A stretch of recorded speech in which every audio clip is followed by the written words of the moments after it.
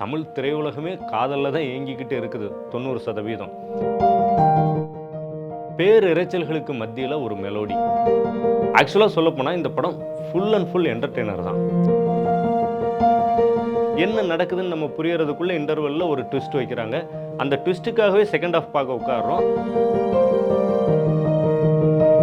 இந்த காதல் கதையில் ஒரு ட்விஸ்ட் இருக்கும். நீங்கள் எதிர்பாராத ஒரு ட்விஸ்ட்டை டைரக்டர் வச்சிருக்காரு. என் ராஜசேகர் டைரக்ஷனில் சித்தார்த் ஆஷிகா ரங்கநாத் நடித்த மிஸ் யூ திரைப்படத்தை தான் இன்னைக்கு விமர்சனம் பண்ண போகிறோம்.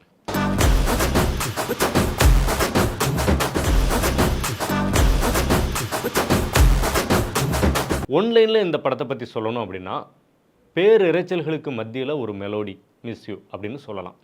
ஏன் அப்படின்னா, சமீபத்தில் சில 100 கோடி ரூபாய்களை செலவு பண்ணி வெளியான சில திரைப்படங்கள் கிட்டத்தட்ட தேட்டருக்குள்ளே ஆடியன்ஸை அடைச்சி வச்சு கழுத்தறுத்த மாதிரி தான் இருந்துச்சு.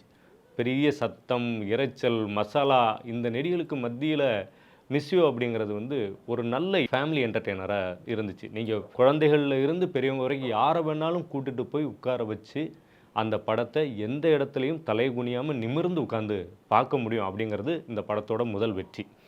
ஒரு காதல் கதை, வழக்கமாக எல்லாரும் சொல்கிற மாதிரி காதல் கதை ரொம்ப பழசு தான். தமிழ் திரையுலகமே காதலில் தான் இயங்கிக்கிட்டு இருக்குது 90%. அதில் இது எந்த வகையில் வித்தியாசப்படுது அப்படின்னு பார்த்தீங்கன்னா, தேட்டரில் போய் பாருங்கள். இந்த காதல் கதையில் ஒரு ட்விஸ்ட் இருக்கும். நீங்கள் எதிர்பாராத ஒரு ட்விஸ்ட்டை டைரக்டர் வச்சுருக்காரு. கண்டிப்பாக இந்த விமர்சனத்தில் ஸ்பாய்லர் இருக்காது. எனக்கு பிடிச்ச சில விஷயங்களை சொல்கிறேன். ஏன் இந்த படத்தை பார்க்கலாம் அப்படின்னு நான் சஜஸ்ட் பண்ணுறேன் அப்படிங்கிறதுக்கு. நான் ஒரு லவ் ஸ்டோரி தான் தேட சொன்னேன். இந்த படத்தில் பெரிய ப்ளஸ் பாயிண்ட் அப்படின்னா ஜிப்ரான், தபஸ் நாயக். சவுண்ட் மிக்சிங் தபஸ் நாயக் பண்ணியிருக்காரு, ஜிப்ரான் மியூசிக் பண்ணியிருக்காரு.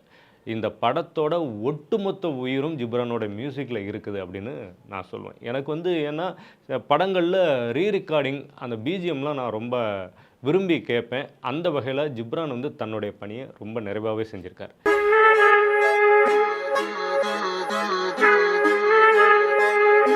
ரெண்டாவது காஸ்டிங். ரொம்ப அழகாக இவ்வளோ தான் கேரக்டர், ரொம்ப அதிகமான கேரக்டர்லாம் கிடையாது. கதைக்கு தேவையான ஒரு குழுவை வச்சு அவங்கள வச்சு மட்டுமே பண்ணியிருக்காங்க. நீங்கள் போய் படம் பார்த்தீங்க அப்படின்னா இந்த படத்தில் வர்ற ஒவ்வொரு கேரக்டரும் உங்கள் மனசில் நிற்கும். வேற யாருக்கும் நடந்த கதையை கேட்குற மாதிரி இருக்கு. காமெடி நல்லா ஒர்க் அவுட் ஆகிருக்குது. எடிட்டிங் வேறு லெவலில் இருக்குது. கேமரா வெங்கடேஷ் பண்ணியிருக்காரு, சூப்பராக இருக்குது. படத்தில் 2 ஃபைட்டு வருது. 2 ஃபைட்டுமே நல்ல ஆக்ஷன் விரும்புகிறவங்களுக்கு அது நல்லாயிருக்கும்.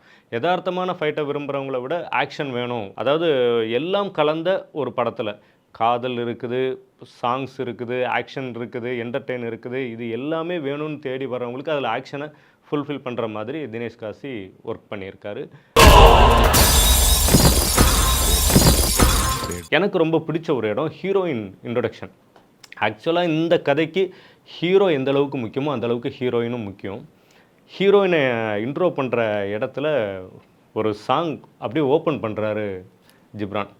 அந்த சாங்கோட ஹீரோயின் இன்ட்ரொடக்ஷன் பார்க்கும்போது சூப்பராக இருந்துச்சு. அந்த இன்ட்ரொடக்ஷன் மியூசிக், அந்த சாங் உள்ள அப்படியே என்ட்ரு ஆகிறப்ப வேறு லெவல். ஆக்சுவலாக சொல்லப்போனால் இந்த படம் ஃபுல் அண்ட் ஃபுல் என்டர்டெய்னர் தான்.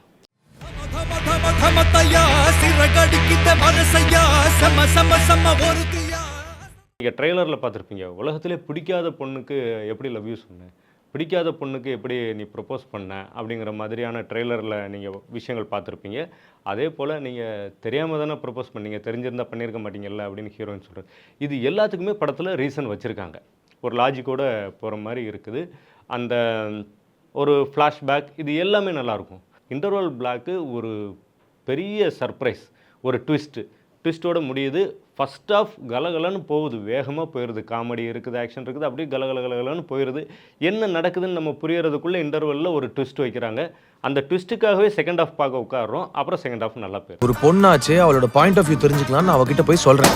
அவள் என்ன சொன்னா தெரியுமா? என்ன சொன்னா சொல்கிறா? லூசடா அந்த பொண்ணு. 2 hours and 10 minutes தான் படம் இருக்குது. ஒரு நல்ல டூரேஷன் இது. ஏன்னா சமீப காலமாக நம்ம 3 மணி நேரம்லாம் படம் பார்க்குறதில்ல. எவ்வளவு நல்லா எடுத்திருந்தாலும் ஒரு 2.5 மணி நேரம் தாண்டியாச்சுன்னா கொஞ்சம் லேக் ஆகிற மாதிரி ஃபீல் ஆகும். அந்த ஃபீல் இதில் வராது. ஏன்னா மொத்தமே 2 மணி நேரம் 10 நிமிஷம் தான் படம். தேட்டரில் போய் பார்த்தா என்ஜாய் பண்ணலாம். நமக்கு சினிமா ஒரு பொதுஜன ஊடகம், நிறைய நல்ல விஷயங்களை மக்கள்கிட்ட கொண்டு சேர்க்கணும். சினிமா மூலமாக மக்களுக்கு ஈஸியாக ரீச் பண்ண முடியும்லாம் சொல்கிறாங்க. அதுக்கான ஒரு மெசேஜையும் இந்த படத்தில் வச்சுருக்காங்க.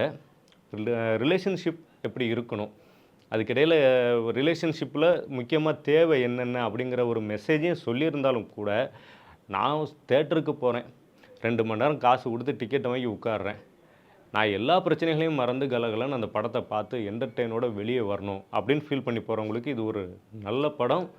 நல்ல ஹாப்பி எண்டிங் கிளைமேக்ஸ் இருக்குது. ஸோ படம் வந்து தாராளமாக போய் பார்க்கலாம். இந்த படத்துக்கான ரேட்டிங் என்னை கேட்டால் 5க்கு 4 தாராளமாக கொடுக்கலாம்.